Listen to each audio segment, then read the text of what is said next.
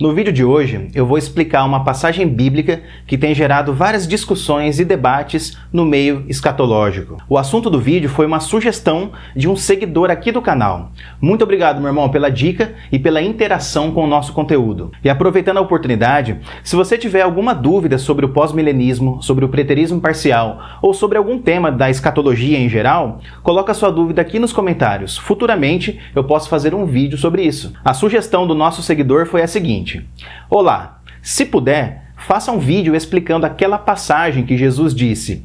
Dizia-lhes também: em verdade vos digo que dos que aqui estão, alguns há que não provarão a morte sem que vejam chegado o reino de Deus com poder. Essa passagem bíblica se encontra nos 3 evangelhos sinóticos. Vamos ler rapidinho esse versículo em cada um dos evangelhos. Eu vou ler na versão NVT para facilitar o nosso entendimento.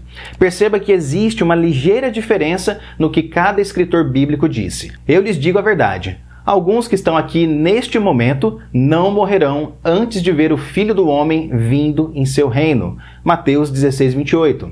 Eu lhes digo a verdade: alguns que estão aqui neste momento não morrerão antes de ver o reino de Deus vindo com grande poder. Marcos 9, versículo 1. Eu lhes digo a verdade: alguns que aqui estão não morrerão antes de ver o reino de Deus. Lucas 9, 27. Algumas interpretações a respeito desse texto já foram apresentadas por vários comentaristas bíblicos. As teorias apresentadas envolvem a transfiguração, a ressurreição, o Pentecostes, a destruição de Jerusalém, a segunda vinda de Cristo e o juízo final. O teólogo Bruce Tilton, por exemplo, disse que as pessoas que não experimentariam a morte é uma referência a Elias e Moisés, que apareceram na cena da transfiguração. Segundo Bruce Tilton, Elias e Moisés foram testemunhas da realidade do reino de Deus. Ele acredita que nessa passagem bíblica, Jesus não está fazendo uma predição temporal a respeito da sua vinda e da vinda do reino de Deus. De acordo com ele, não existe um período de tempo específico para que essas palavras de Jesus se cumpram. É evidente que essa interpretação do texto não faz qualquer sentido.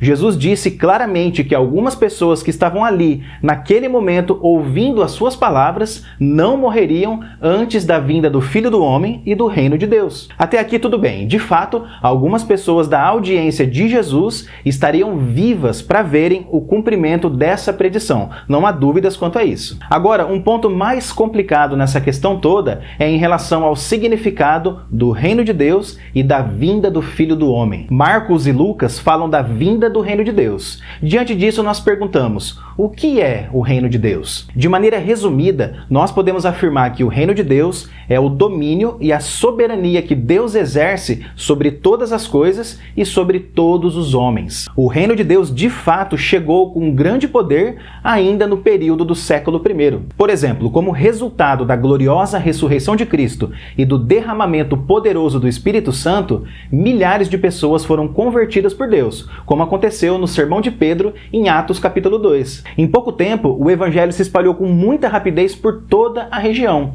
e muitos gentios também foram alcançados pela graça de Deus. Sem dúvida, muitos daqueles que ouviram a predição de Jesus realmente não morreram antes da chegada do reino de Deus com grande poder. Eles presenciaram e participaram desses acontecimentos. Agora, o apóstolo Mateus, diferente de Marcos e Lucas, falou sobre a vinda do Filho do Homem e não apenas sobre a vinda do reino de Deus. Curiosamente, a linguagem que Mateus utiliza no capítulo 16 é semelhante à linguagem que ele utiliza no capítulo 24, no Sermão Profético de Jesus. No Sermão Profético, Mateus escreve as palavras de Jesus, dizendo que as tribos da terra se lamentarão e verão o Filho do Homem vindo com poder e grande glória sobre as nuvens do céu. Em seguida, Jesus afirma que aquela geração não passaria sem que todas essas coisas acontecessem. Em Mateus 24, Jesus está profetizando sobre a queda de Jerusalém, que ocorreu alguns anos depois, no ano 70. Pelo uso da mesma linguagem em Mateus 16 e pelo fato de que algumas pessoas estariam vivas antes da vinda do Filho do Homem,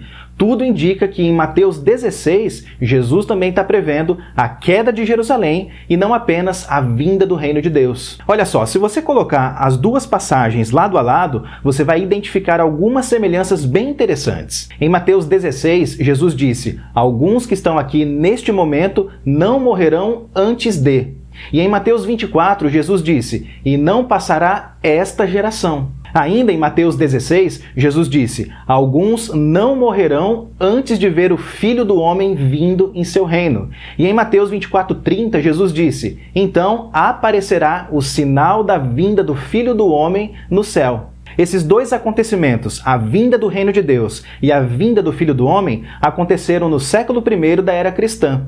Quando o juízo de Deus caiu sobre Jerusalém, isso também foi uma evidência do poder do reino de Deus. Através desse acontecimento, ficou claro que Jesus estava exercendo o seu domínio e a sua soberania à direita do Pai nos céus. Depois de ressuscitar dos mortos e antes de ascender à direita do Pai, Jesus disse que toda a autoridade foi dada a Ele, tanto no céu quanto na terra. Então, resumindo tudo o que foi dito aqui: primeiro, o reino de Deus veio com grande poder no século I. A expansão do evangelho e a conversão de milhares de pessoas naquela época são apenas duas evidências desse cumprimento. Alguns não morreram antes disso e, portanto, eles testemunharam a vinda do reino de Deus. E segundo, o Filho do Homem também veio em seu reino no século I. Essa vinda faz referência à destruição de Jerusalém no ano 70, que ocorreu através do exército romano. Mas entenda que essa vinda do Filho do Homem aconteceu de maneira invisível e não no corpo físico. Essa vinda é diferente do futuro retorno que vai acontecer de maneira física, literal e visível aos olhos. A Bíblia fala apenas de duas vindas físicas de Cristo. A primeira que se deu na encarnação e a segunda que se dará na consumação. Isso não significa que existem mais de duas vindas de Cristo. Existem apenas duas vindas físicas. Portanto, Cristo, como verdadeiro profeta de Deus, garantiu que alguns estariam vivos e veriam a vinda do reino de Deus e a vinda do Filho do Homem. De fato, cada palavra que Jesus disse se cumpriu cabalmente.